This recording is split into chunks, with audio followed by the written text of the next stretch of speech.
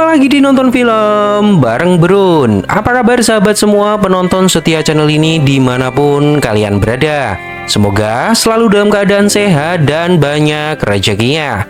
Di episode kali ini sebuah film spesial untuk menemani aktivitas kalian yang berjudul Reservoir Dogs. Film ini rilis tahun 1992, bercerita tentang kelompok penjahat yang mencurigai salah satu komplotannya sendiri adalah seorang informan polisi. Siapa pengkhianatnya? Mari kita mulai.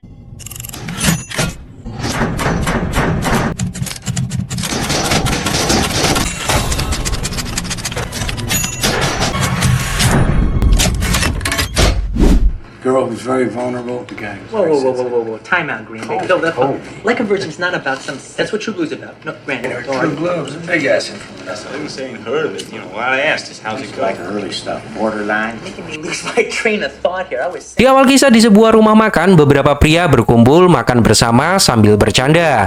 Mereka semua adalah kumpulan penjahat yang sedang merencanakan sebuah aksi perampokan permata. Dan uniknya mereka tidak mengenal satu sama lain. Mereka dikumpulkan oleh seorang mafia untuk melakukan sebuah perampokan. Setiap anggota dipanggil dengan nama sebutan. Dan pria ini adalah Joe, mafia yang mengumpulkan mereka semua. Give me that fucking hair, Joe. I'll give it back to you when we leave. I've got Madonna's big dick coming out of my left ear. I don't know what, coming out of my right. I'm gonna do whatever the fuck I want with You guys been listening to K Billy's. When I was coming down here, the night the lights went out. This is the first time I ever realized it's in the song. I must have zoned out. All right, everybody cough up some green. All right, Ramblers, let's get rambling.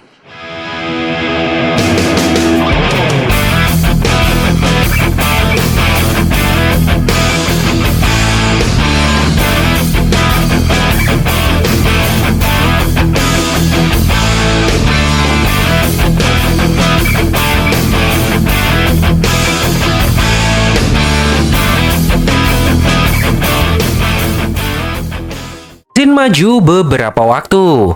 Terlihat Orange terluka parah terkena tembakan di bagian perutnya. Wade akan membawa Orange ke suatu tempat. Wade mengatakan agar Orange tidak banyak bergerak agar tidak kehabisan darah. Orange tidak akan mati hanya karena tertembak di perut. Diketahui bahwa mereka baru saja melakukan aksi perampokan yang sudah direncanakan dan teman-teman mereka berpisah satu sama lain. Medicine? Are you a doctor? Answer me, please. Are you a doctor?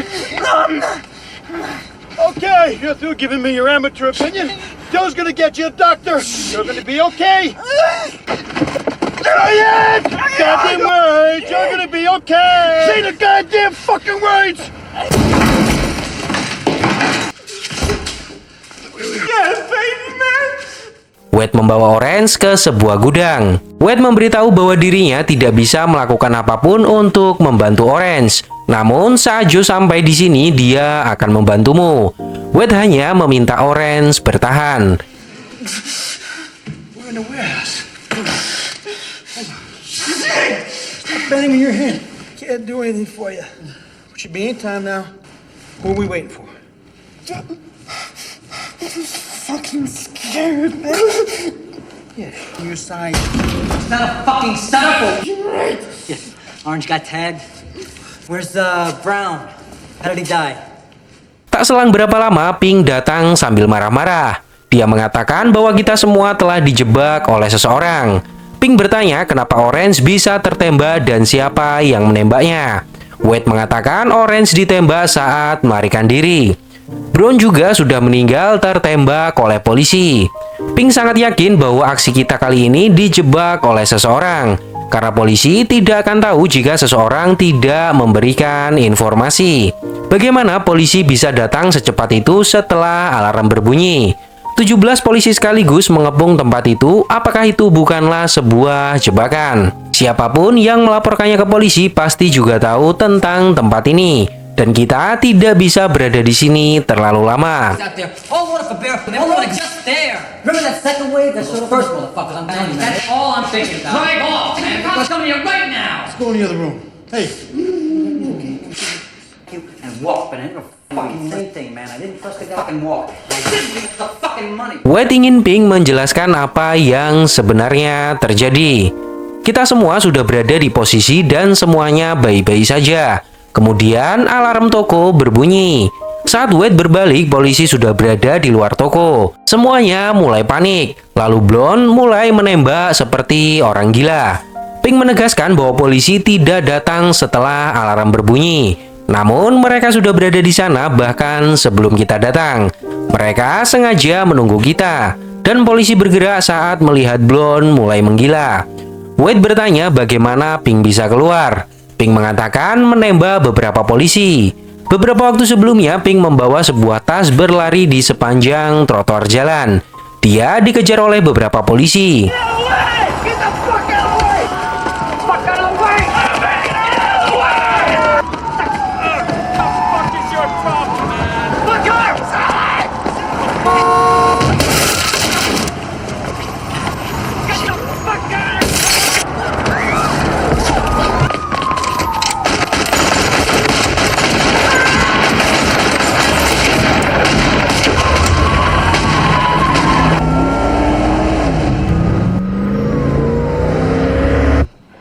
Kill anybody? Pink bertanya apakah ada polisi yang kamu bunuh. Wade mengatakan ada beberapa. Apakah kita bisa mempercayai Blonde? Karena ini hal yang paling gila yang pernah kita saksikan. Blonde menembak semua orang di dalam toko, tidak peduli polisi dan orang biasa. Pink masih bertanya-tanya kenapa Joe mau mempekerjakan orang seperti itu. Dia adalah seorang psikopat. Pink mengatakan bahwa dirinya tidak mau membunuh. Dirinya menembak polisi karena terpaksa. Jika tidak, maka Pink akan ditangkap dan dijatuhi hukuman 10 tahun penjara. Pink bertanya apakah Wade tahu apa yang terjadi dengan yang lainnya. Wade mengatakan dirinya dan Orange melompat ke mobil. Brown tertembak dan setelah itu Wade tidak tahu apa yang terjadi di sana. Mereka menyelamatkan diri masing-masing dan kemungkinan batu permata itu dibawa oleh salah satu dari mereka. Pink mengatakan itu tidak mungkin, karena Pink lah yang membawa batu permata tersebut. Wade bertanya di mana batu permatanya. Pink mengatakan disembunyikan. Namun jika Wade mau ikut dengannya, Pink akan mengambilnya sekarang juga. Karena jika terlalu lama di tempat ini, polisi akan segera tahu. Namun Wade tidak mau, karena disinilah rencana kita bertemu setelah merampok. Kita tunggu saja sampai yang lain datang. Wade juga memberitahu bahwa 2 pekerjaan sebelumnya dilakukan hanya 4 orang. Dan satu di antara mereka adalah polisi yang menyamar. Namun untungnya Wade tahu tepat waktu dan membunuh polisi tersebut sebelum beraksi. Pink bertanya siapa yang berkhianat di antara kita semua. Wade tidak mengetahuinya. Yang jelas Wade percaya ada pengkhianat di antara kita. You be calling him a rat. Somebody's a fucking rat. Where's the commode in this dungeon? I gotta take a Go down the hall. By the way, how's Alabama? Lalu Sin mundur beberapa waktu sebelumnya. Wade sudah lama mengenal Joe dan sering melakukan pekerjaan untuk Joe. Wade juga menjadi salah satu orang kepercayaan Joe dan nama aslinya adalah Larry. No problem. We got guys waiting for What it. happened to Marcellus Spivey? Didn't he always For Bad luck. daylight during business hours. They most usually just deal in boxes. They're like a way station, you know. What's the cut, Papa? You do what you want. I'm out of here, man. Is he dead or what? Pink mengatakan dirinya akan pergi dari sini dan mencari motel untuk bersembunyi. Pink bertanya apakah Orange mati. Wade menegaskan jika dia tidak segera ditolong maka dia akan mati secara perlahan karena kehabisan darah. Jika kita bisa menghubungi Joe, maka Joe bisa membawa dokter datang ke sini dan menolong Orange. Beberapa waktu yang lalu, Orange meminta Wade mengantarkannya ke rumah sakit dan meninggalkan di depan rumah sakit. Namun Wade tidak bisa, karena Orange tahu nama asli Wade. Hal ini membuat Pink terkejut. Bagaimana dia bisa tahu nama aslimu? Dalam aturan, kita tidak kenal satu sama lain dan hanya berbicara dengan nama panggilan. Wade mengatakan bahwa saat itu dirinya mabuk dan bercerita nama asli serta dari mana Wade berasal. Pink bertanya bagaimana kalau Orange lah pengkhianatnya. Wade mengatakan tidak mungkin. Dia terluka karena Wade. Dan Orange juga menembak warga sipil. We had just gotten away from the cops. It was my fault he got shot. He's a fucking bloody mess. I swear to God, I thought he was gonna die right. Telling him not to worry, everything's gonna be okay. He asked me what my name was. What the fuck was I supposed to do? Tell him I'm sorry? I don't trust you enough. Well, that's that then, man. I mean, Jesus Christ, I was not gonna have to show him a hell of a lot of pictures from the pic. Fuck you touching me for, man? You wanna fuck with me? I'll show you who you're fucking with. I didn't create this situation. I'm dealing with it. Kid shouldn't play so rough. It's the blunt. Blonde datang melihat pertengkaran mereka. Pink memberitahu bahwa seseorang menjadi pengkhianat di antara kita. Dan itulah yang sedang Pink ributkan dengan White. White yang marah dengan Blonde meminta Blonde memberitahu alasannya kenapa menembak semua orang dengan membabi buta. Bahkan White hampir saja terkena tembakan Blonde. Blonde mengatakan bahwa dirinya melarang orang-orang di sana menyalakan alarm. Namun mereka tetap melakukannya. Blonde terpaksa harus menembak mereka semua karena tidak menuruti ucapan Blonde. We think this place ain't safe. Place just ain't secure anymore. We're leaving. You should fucking turd. Fuck you, maniac! It's your fucking fault we're in this. What's my problem? Yeah, I got a fucking problem. Deserve what they got. I know what kind of guy you were. Bark all day. You assholes, calm the fuck down. What are we on a playground? The only professionals? We're acting like a bunch of fucking niggers, You man. said yourself you thought about taking. Yeah, I did, okay? Blonde mengajak mereka berdua untuk melihat di bagasi mobilnya karena Blonde membawa sesuatu. Blonde juga memberitahu bahwa kita harus tetap di sini menunggu nice guy Eddie. No, nice guy Eddie. Nice guy, Eddie. Because I spoke to him on the phone and he said, he's the nice guy Eddie? How do you fucking hard? Jesus Christ. Maybe a boy in blue. Ternyata Blonde menyandra seorang petugas polisi. Blonde mengatakan mungkin polisi ini bisa menjawab siapa yang membocorkan informasi rencana perampokan ini. Beberapa waktu sebelumnya, seorang pria bernama Vic Vega ingin bertemu dengan Joe. Joe senang Vega datang ke sini. Diketahui bahwa Vega baru saja keluar dari penjara setelah 4 tahun menjalani masa tahanan. Dan Vega ditahan polisi karena bekerja untuk Joe. Namun Vega tetap setia tidak memberikan informasi apapun ke polisi tentang Joe. Lalu nice guy Eddie datang. Eddie adalah anak dari Joe. Dia yang selalu membantu ayahnya melakukan pekerjaan kotor dan mencari orang-orang yang mau bekerja untuk ayahnya. Eddie sudah mengenal Vega sangat lama.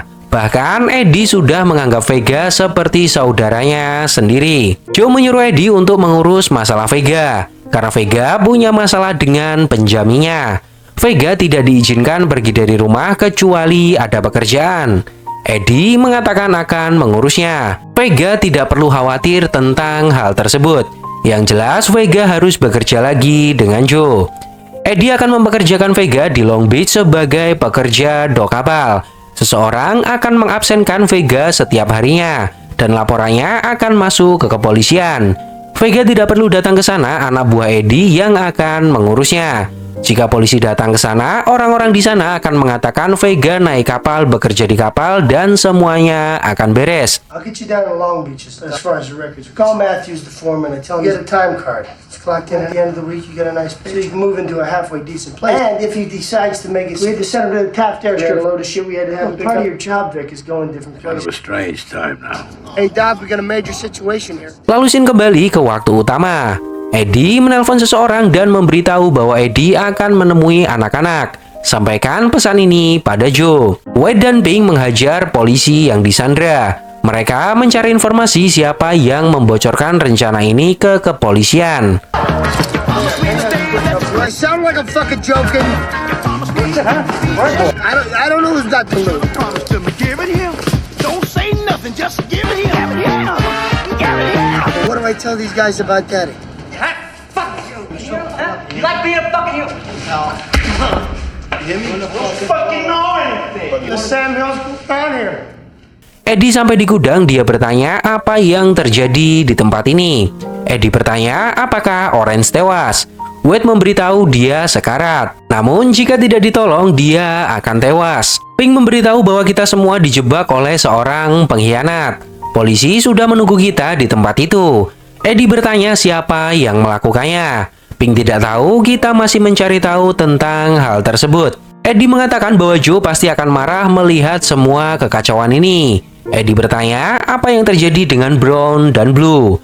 White mengatakan Brown tewas dan White tidak tahu bagaimana keadaan Blue saat ini. Eddie bertanya siapa yang membawa batu permatanya. Pink mengatakan dirinya membawanya dan saat ini disembunyikan sampai kita benar-benar aman. Lalu Eddie mengajak Pink dan White mengambil tas tersebut. Eddie menyuruh Blonde menjaga mereka berdua. White Wade tidak setuju jika Blonde harus menjaga tempat ini karena dia seorang psikopat. Semua kekacauan ini dikarenakan Blonde. Dia menggila di toko menembak semua orang di sana. Jika dia tidak menembak, mungkin tidak akan ada yang terluka dari kita semua. Eddie tidak peduli dengan semua itu. Wade dan Pink harus ikut bersama Eddie mengambil tas tersebut. Dan kita harus segera menyingkirkan mobil-mobil yang kita gunakan sebelum polisi mengetahuinya. Lalu kita akan menunggu Joe datang. I fucking walked in here. I told these guys about staying calling me a motherfucker. What are you, a fucking silent partner? He went crazy in the store, but he seems Told alright. them not to touch the fucking alarm. They did. My fucking hero. That's your excuse for going on a kill. Fuck up, man! Try to find out what he knew about the Florida, you stay here and take care of these Wade and Pink. You come with me, because if Joe swear to you, he's going to be just as mad at me as he is.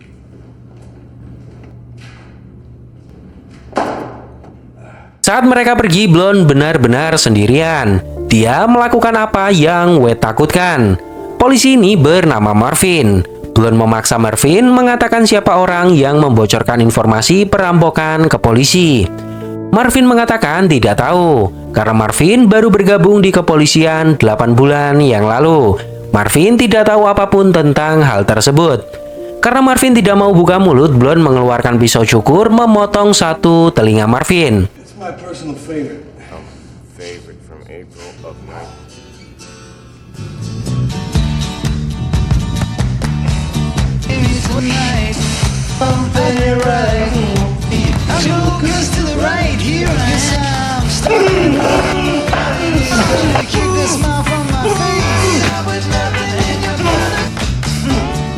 Hey, what's going on?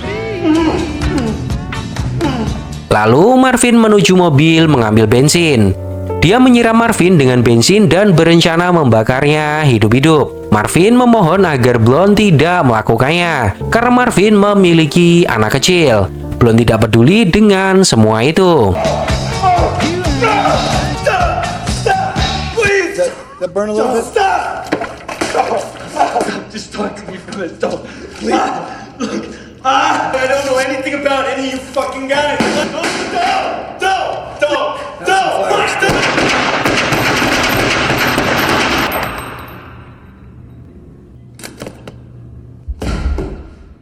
Ternyata Orange lah pengkhianatnya.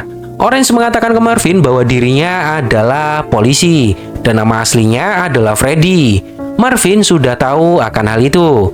Beberapa bulan yang lalu polisi sudah memberitahu semuanya. Marvin berusaha menutup mulut agar rencana polisi tetap berjalan. Marvin mengatakan bahwa saat ini dirinya cacat hanya untuk menutupi informasi tersebut. Orange mengatakan dirinya juga sekarat. Marvin bertanya apa yang harus kita lakukan sekarang. Orange mengatakan bahwa mereka mungkin sedang dalam perjalanan ke sini dan kita tidak boleh menyerah sampai melihat kepala Joe masuk melewati pintu. This sick fucking bastard. Just waiting, moving a block away. The fuck are they waiting for? Fuck you! Fuck you! I'm fucking dying! Not to make a move till Joe Cabot shows up.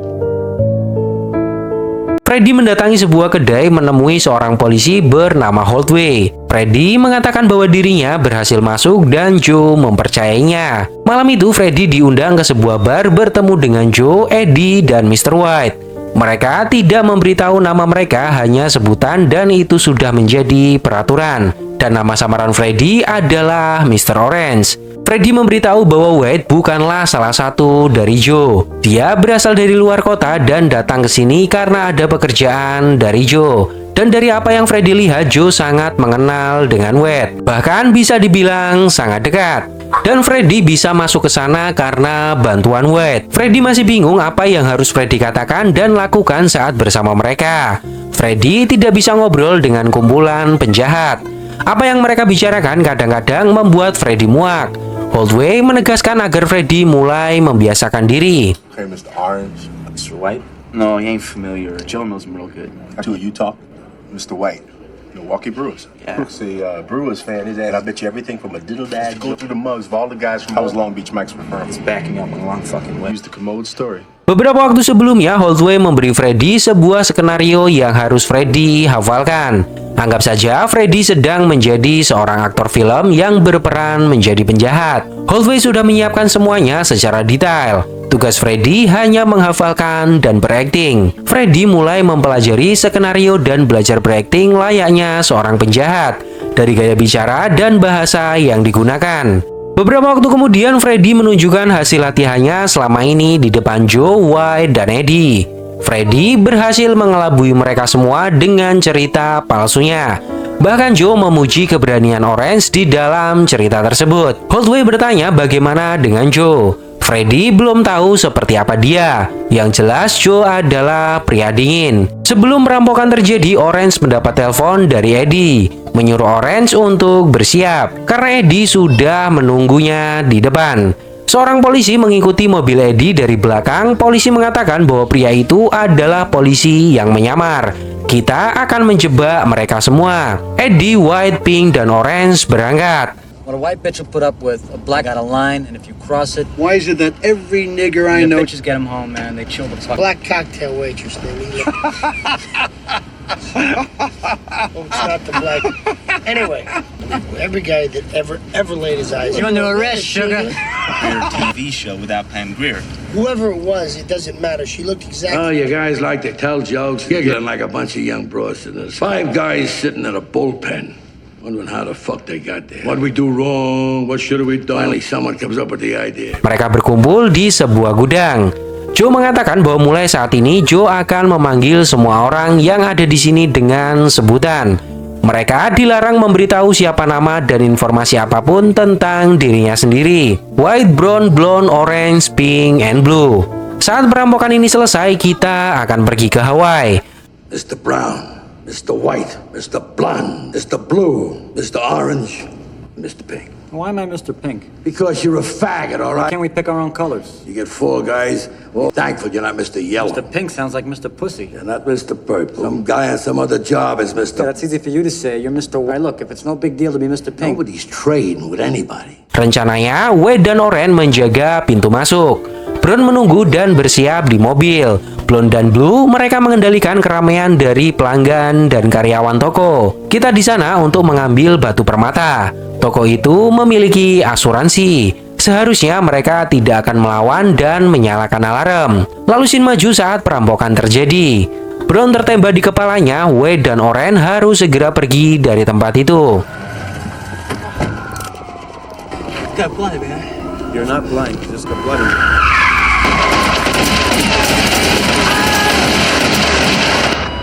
Is he dead? Mereka berdua menghadang sebuah mobil, namun ternyata perempuan yang ada di dalam mobil tersebut membawa pistol dan menembak perut Orange. Orange juga menembak perempuan tersebut. Orange merasa bersalah membunuh perempuan itu, namun dia tidak memiliki banyak pilihan. Dan itulah scene di awal film di mana Orange terluka dan White membawanya. Lalu scene kembali lagi di waktu utama. White, Pink, dan Eddie kembali ke gudang. Mereka mendapati Blonde tewas tertembak beberapa kali di tubuhnya. White bertanya apa yang terjadi. Orange memberitahu bahwa Blonde menjadi gila. Dia memotong kuping Sandra dan berencana membakarnya hidup-hidup. Eddie sangat marah. Orange membunuh Blonde hanya karena seorang polisi. This cop went crazy, something like that. Eddie was pulling a burn, man. He's gonna kill the cop and me. What did I tell you? That sick piece of shit. Orange juga mengatakan bahwa Blonde akan membunuh Sandra dan membunuh Orange. Dan saat kalian masuk, Blonde akan membunuh kalian semua, lalu pergi membawa batu permata tersebut. Eddie tidak percaya dan menganggap bahwa Orange lah pengkhianat di sini. White merasa apa yang Orange katakan benar, karena Blonde adalah psikopat, dan White tidak pernah percaya dengan psikopat. Lalu Eddie memberitahu, Blonde pernah bekerja dengan Joe sebelumnya. Di pekerjaan terakhirnya, Blonde tertangkap polisi dan harus dipenjara selama 4 tahun. Selama 4 tahun, Blonde tidak pernah buka mulut tentang Joe. Apakah orang seperti Blonde bisa dibilang pengkhianat? He's just gonna decide to the fucking rip us off? What the hell for? Just be more bullshit. Lalu Joe datang. Joe mengatakan bahwa pria yang menjebak kita adalah Orange. Dia bekerja sama dengan LAPD. White tidak percaya. Selama ini White dekat dengan Orange, dia adalah orang yang baik. Tidak mungkin Orange melakukan hal tersebut. Joe juga memberitahu bahwa Blue sudah tewas dan semua kekacauan ini disebabkan oleh Orange. White bertanya bagaimana Joe bisa tahu kalau Orange pengkhianat. Joe mengatakan hanya Orange lah yang tidak Joe percayai 100%. Karena dia baru pertama kali bekerja padanya. White mengatakan itu sungguh konyol. Joe menuduh orang hanya dengan insting. Joe mengatakan akan membunuh Orange. You don't need pride in order to be fooled. You lost your. You're making a terrible mistake. Come on, guys. Nobody wants this. White tidak akan membiarkan Joe melakukan kesalahan. Dan Eddie tidak terima White menodongkan pistol ke ayahnya. White mengancam jika Joe menarik pelatunya, maka White akan menembak Joe. Pink mencoba menenangkan suasana, karena bukan seperti ini yang kita harapkan. Namun usahanya sia-sia. Mereka tidak mendengarkan apa yang Pink katakan. It's right through your heart. Gun down now. God damn you, Joe. Larry, stop pointing my dad!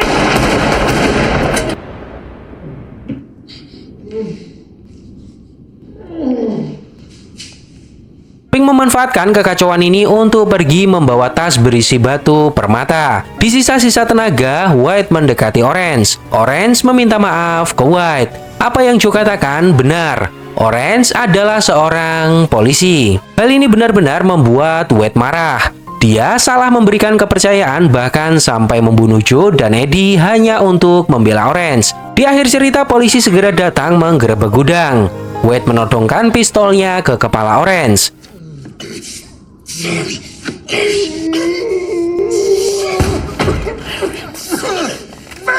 Drop the fucking gun, buddy! Don't do it! Drop the gun, man! Don't drop the fucking gun! Get a fucking...